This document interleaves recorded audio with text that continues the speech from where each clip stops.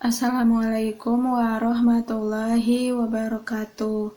Nama saya Wulanovian Dewi dari kelas 4B. Saya akan menjelaskan mengenai analisis pemanis makanan. Hal-hal yang akan saya jelaskan diantaranya pengertian pemanis makanan, fungsi pemanis alami, pemanis buatan, serta analisis pemanis makanan. Pengertian dari pemanis adalah senyawa kimia yang sering ditambahkan dan digunakan untuk keperluan produk olahan pangan, industri, serta untuk minuman dan makanan. Menurut Peraturan Menteri Kesehatan RI Nomor 235, pemanis termasuk ke dalam bahan tambahan kimia selain antioksidan, pemutih, pengawet, pewarna, dan lain-lain. Fungsi dari pemanis yaitu untuk meningkatkan cita rasa dan aroma, memperbaiki sifat fisik sebagai pengawet, memperbaiki sifat kimia sekaligus merupakan sumber kalori bagi tubuh. Bahan pemanis makanan ada dua. Yang pertama, pemanis alami merupakan pemanis yang dihasilkan dari bahan-bahan nabati atau hewani, contohnya gula tebu, madu, dan kayu manis. Pemanis alami diantaranya sukrosa, glukosa, fruktosa, galaktosa, manosa, pentosa, maltosa, laktosa, dan lain-lain. Yang kedua, pemanis buatan. Pemanis buatan merupakan bahan tambahan yang dapat memberikan rasa manis dalam makanan tetapi tidak memiliki nilai gizi. Pemanis yang dibuat dengan bahan-bahan kimia di laboratorium atau dalam suatu industri dengan tujuan memenuhi produksi gula yang belum cukup dipenuhi oleh gula alami, khususnya gula tebu. Contohnya sakarin, siklamat, aspartam, dulsim, sorbitol buatan, dan nitropropoksi-anilin. Perbedaan pemanis alami dan buatan. Pemanis alami pada suhu tinggi bisa terurai, sedangkan pemanis buatan cukup stabil bila dipanaskan. Pemanis alami memiliki kalori tinggi, sedangkan pemanis buatan memiliki kalori rendah.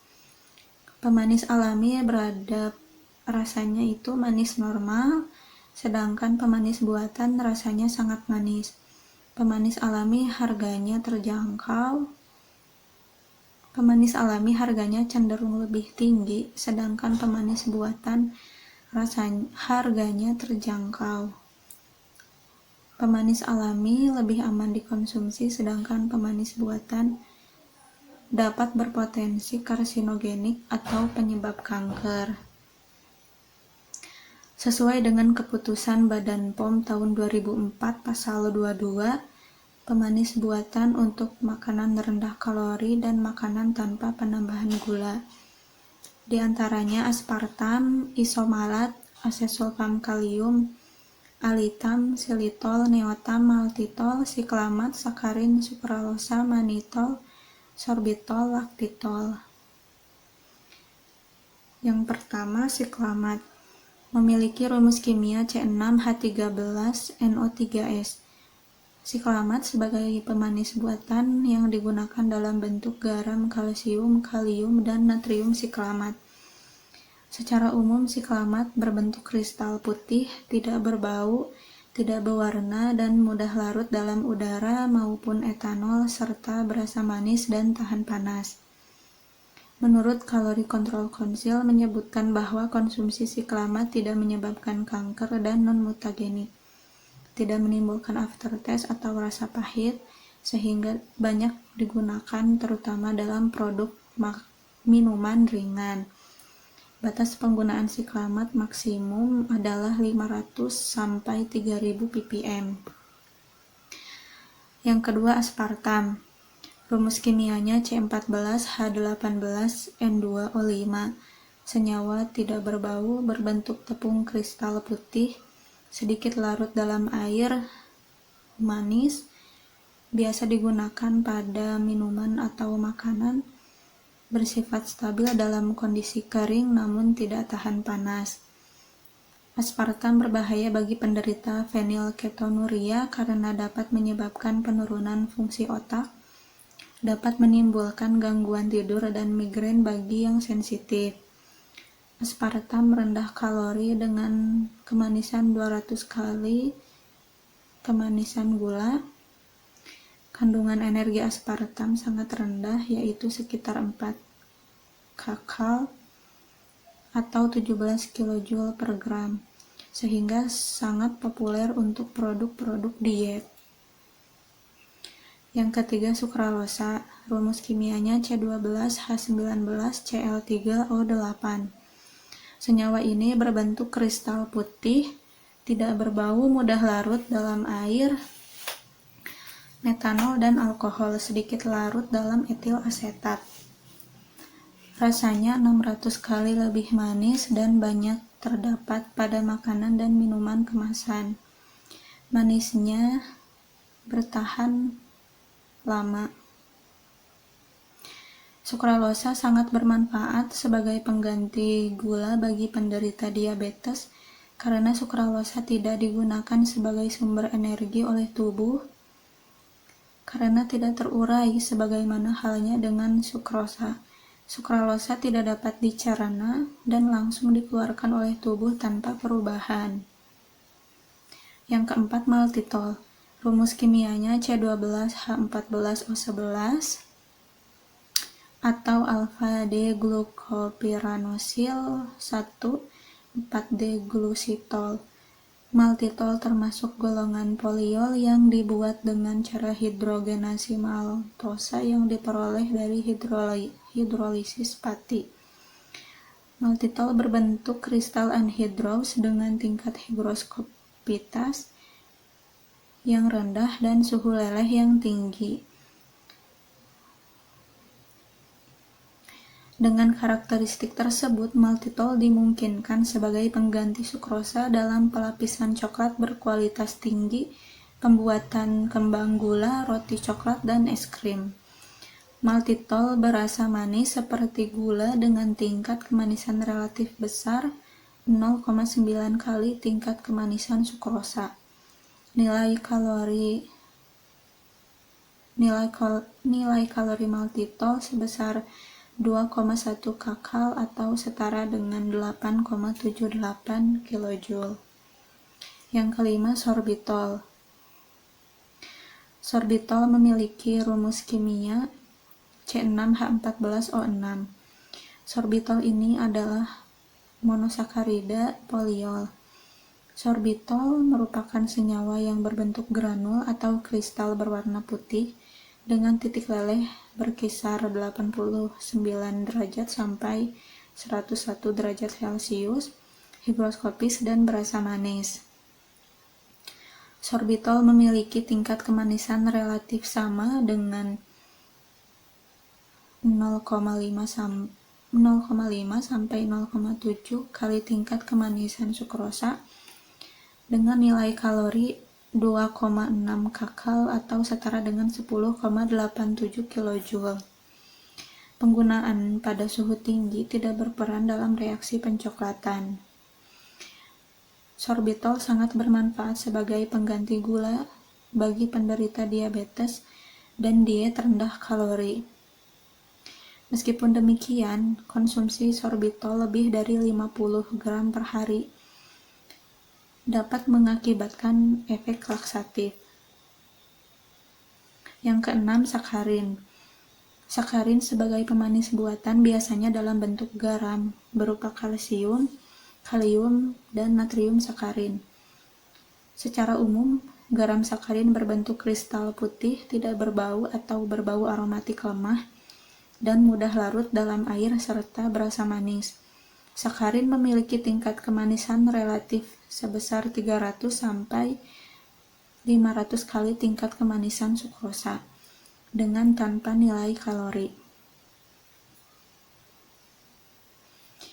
Analisis pemanis makanan dapat dilakukan dengan 3 uji. Yang pertama, uji organoleptik.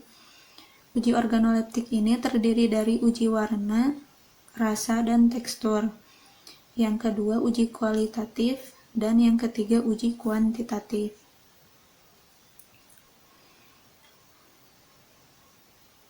Sebelum dilakukan pengujian, dilakukan dahulu isolasi untuk mendapatkan analit yang akan diuji. Cara isolasi ini dapat dilakukan dengan cara ekstraksi dan penyaringan. Untuk cara ekstraksi, 5 gram sampel dihaluskan lalu dibungkus kertas saring, masukkan ke dalam alat soklet, lalu diekstrak dengan pelarut yang sesuai, misalnya eter, etanol, atau metanol, sampai 21 atau 22 siklus, sehingga cairan penyari sudah tidak berwarna pekat. Setelah itu keluarkan hasil sarian dan keringkan. Terakhir timbang bobot ekstrak. Yang kedua dengan cara penyarian, yaitu 3 gram sampel dihaluskan, larutkan dengan aquades, disaring, filtratnya dimasukkan ke dalam corong pisah, lalu ditambahkan penyari seperti ether atau kloroform. Yang terakhir, keluarkan lapisan ether atau kloroform tersebut. Yang pertama, pengujian siklamat. Uji kualitatif siklamat dilakukan dengan uji pengendapan. Yang pertama dilakukan preparasi sampel. Yang kedua, 10 ml sampel ditambahkan 20 ml H2O dalam Erlenmeyer lalu disaring. Yang ketiga, diasamkan dengan asam klorida ditambah 1 ml BaCl2. Yang keempat, ditambahkan 1 ml larutan NaNO2. Yang kelima, jika muncul endapan putih, maka sampel mengandung siklamat. Yang kedua, uji kuantitatif siklamat dengan titrasi nitrimetri.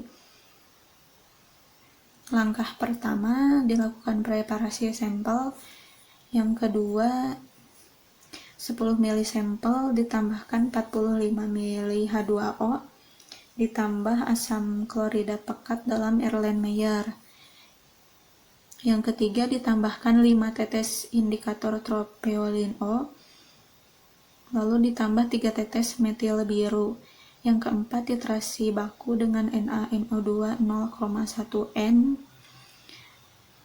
Dan yang kelima, catat volume titrasi. Kemudian untuk pengujian aspartam, uji kualitatifnya menggunakan kromatografi lapis tipis. Langkah pertama, preparasi sampel.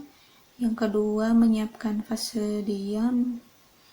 Untuk penentuan aspartam menggunakan silika gel 60 GF254. Yang ketiga, menggunakan fase geraknya yaitu N-butanol, asam asetat glasial, dan air dengan perbandingan 2:1:1. Yang keempat, nodanya dilihat di bawah lampu UV pada panjang gelombang 254 nanometer.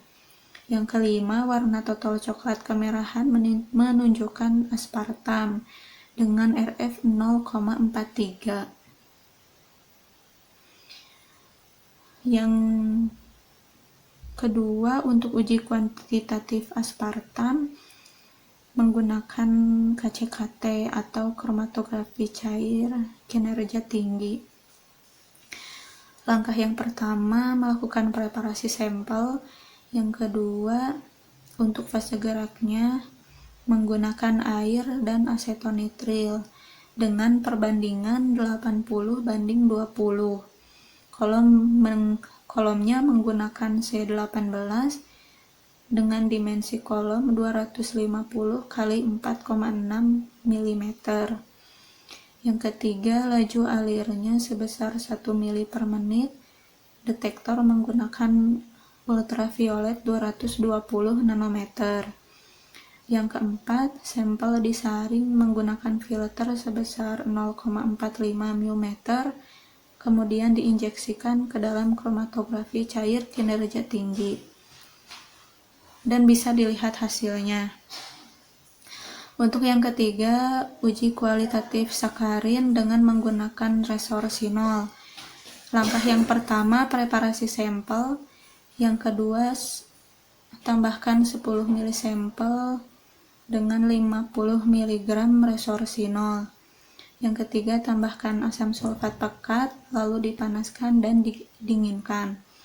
Yang keempat, ditambahkan 10 ml H2O, lalu tambahkan juga natrium hidroksida 5 ember lebih.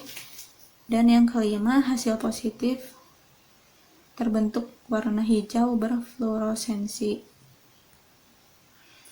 Untuk uji kuantitatif sakarin, yaitu menggunakan titrasi alkalimetri.